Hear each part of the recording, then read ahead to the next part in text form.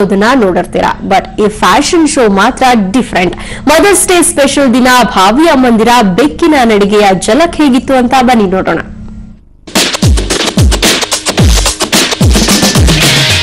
ಅಬ್ಬಬ್ಬಾ, ಇಲ್ಲಿ ನೋಡಿ, ತುಂಬು ಗರ್ಭಿಣಿಯರ ರ್ಯಾಂಪ್ ವಾಕ್ ಸ್ಟೈಲ್. ಭಾವಿ ಅಮ್ಮಂದಿರು ಫುಲ್ ಇವತ್ತು ramp ಏರಿದ್ರು.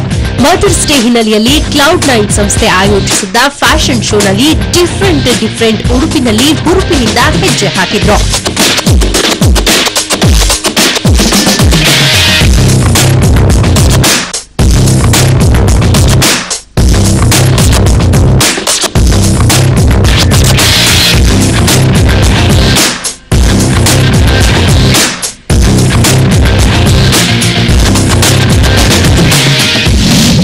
Pregnancy and child birth ತುಂಬ ಜನ ಮಕ್ಕಳು ಸಾಯ್ತಾರೆ, ತುಂಬ ಜನ ತಾಯಂದ್ರು ಸಾಯ್ತಾರೆ ಡೆಲಿವರಿನಲ್ಲಿ.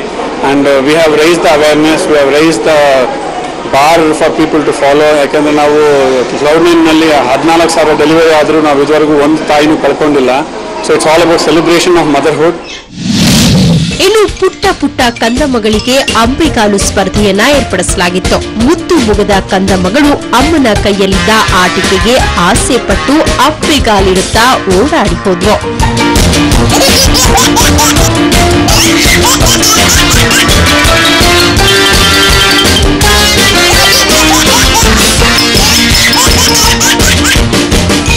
ಅಷ್ಟೇ ಅಲ್ಲ, ತಂದೆಯರಿಗೆ ಮಕ್ಕಳ ನ್ಯಾಪಿ ಚೇಂಜಿಂಗ್ ಮಾಡೋ ಕಾರ್ಯಕ್ರಮ ಸಖತ್ ಮಜವಾಗಿತ್ತು. ಕೆಲ ತಂದೆಯಂದಿರು ಹಠ ಮಾಡೋ ಕಂದಮ್ಮಗಳಿಗೆ ನ್ಯಾಪಿ ಚೇಂಜ್ ಮಾಡೋಕೆ ಪರದಾಟ ಪಟ್ರೆ, ಇನ್ನು ಕೆಲವರು ಪಟಾಪಟ್ ಅಂತ ಚೇಂಜ್ ಮಾಡಿ ಪ್ರೈಸ್ ಗಿಟ್ಟಿಸ್ಕೊಂಡ್ರು.